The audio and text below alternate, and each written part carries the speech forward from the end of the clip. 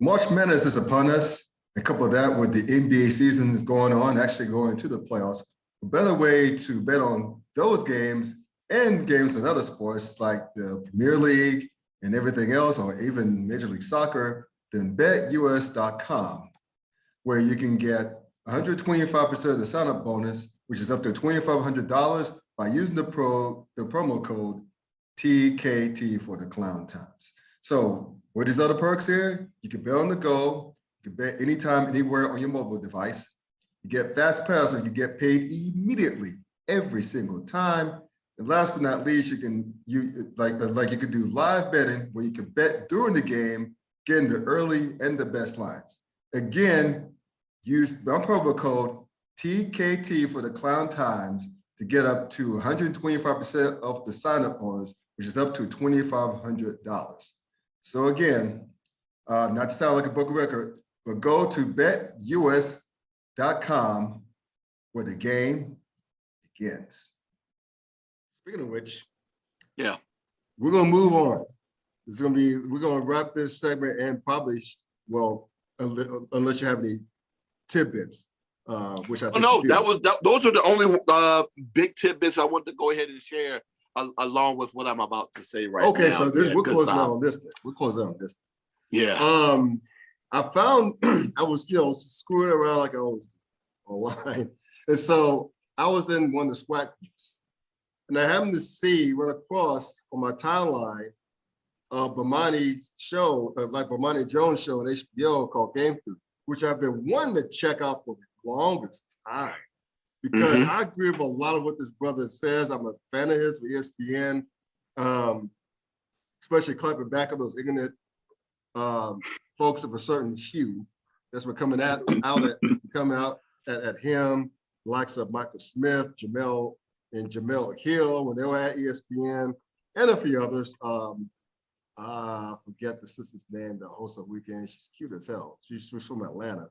I forget. But anyway, point being is that he had a segment called "Why." You pretty much was explaining why top sports recruits are choosing HBCUs and his thoughts on it. And it started out with a funny skit with a young brother at Rosa Parks High School having these hats on the table, and he's going through, and he had his brothers there with him, and his white girlfriend, which I thought was hilarious. And just had the Alabama hat on the table, the Oklahoma hat on the table, and ends up like fooling around them to choose HBCUs, and the only person who supported him was his militant uncle. Everybody else was mad at him. So even his white girlfriend was mad at him. But anyway, which I thought was funny. But there were some points that Bomani Jones brought up, and I know you have a lot of thoughts on it, so I'm gonna let you drive the segment, and I'll just chime in here and there. But I found that he had an interesting point of view on this stuff, being that he's a graduate of HBCU himself, of Clark, Atlanta. So he pretty much knows his shit. But I know you've been wanting to talk about this, man. So I'm gonna give you the floor. I'm gonna sit back and drink this water. So as like to quote what's his name, Leonardo DiCaprio in The Great Gatsby. Well, what I'm gonna do is I'm gonna paraphrase some of the statements that stood out to me during his segment.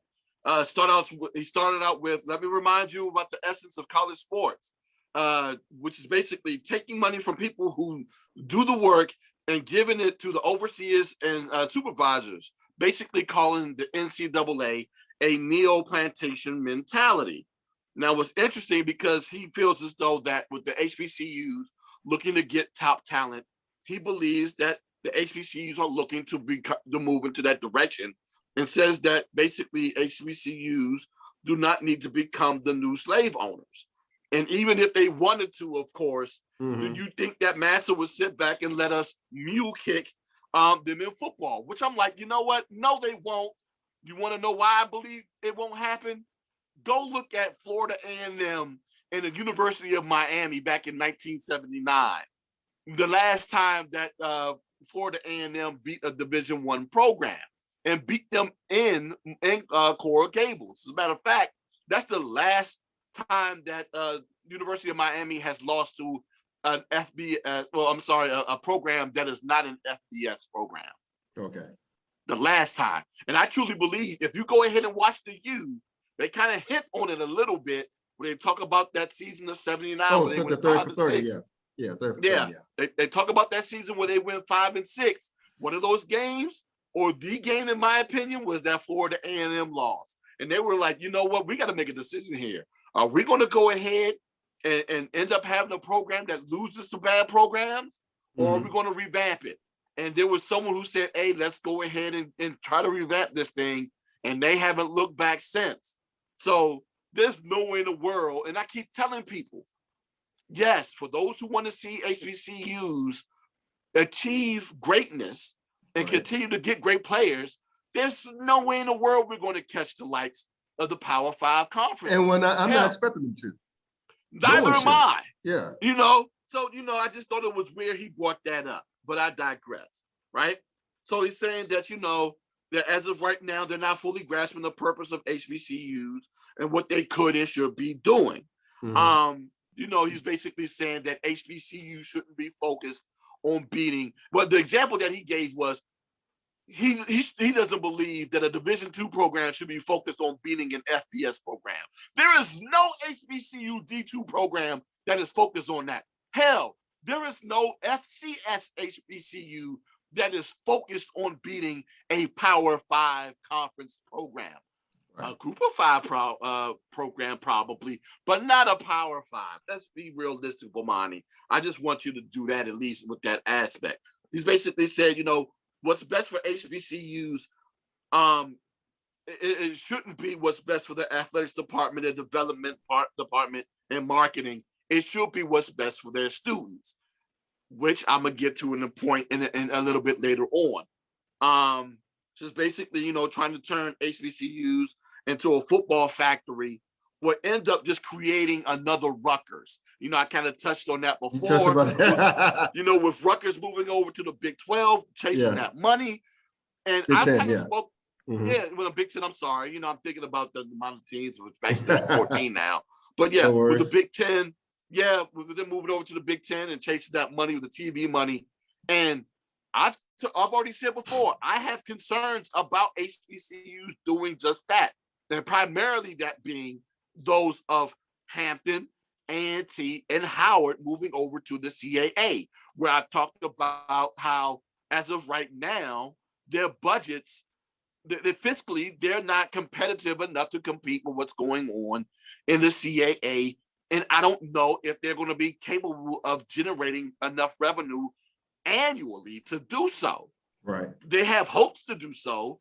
I just don't know if they can do so, but I digress. Basically what he says is that, you know, remember, he says that basically that football programs or college programs are basically neo-plantations, but he also said that white colleges are doing a good job of getting us, as in Black players, into pro football. So this whole thing of attempting not to have them go to or be on a plantation or go to an HBCU plantation is a bad idea, but it's still a good idea for them to be on the regular plantation. That just seems rather contradictory to me, Bomani, and I still don't get it, but it is what it is. This says basically big-time college football and basketball are the rare places where white people are invested in Black students' futures.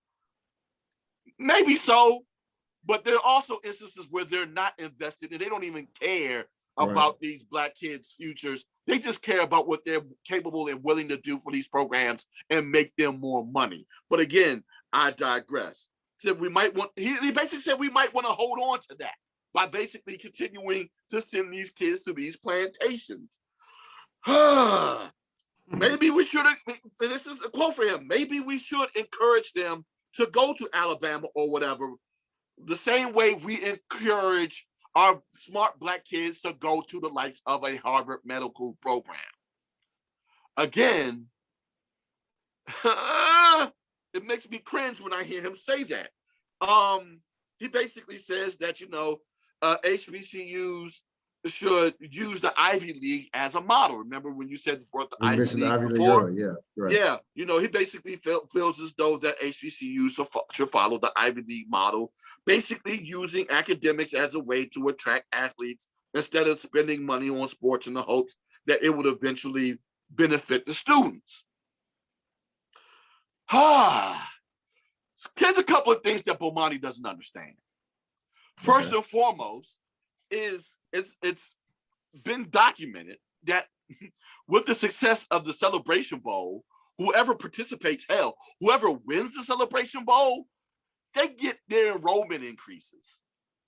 Matter of fact, thanks in part to the Celebration Bowl, A&T has become the largest HBCU in the country.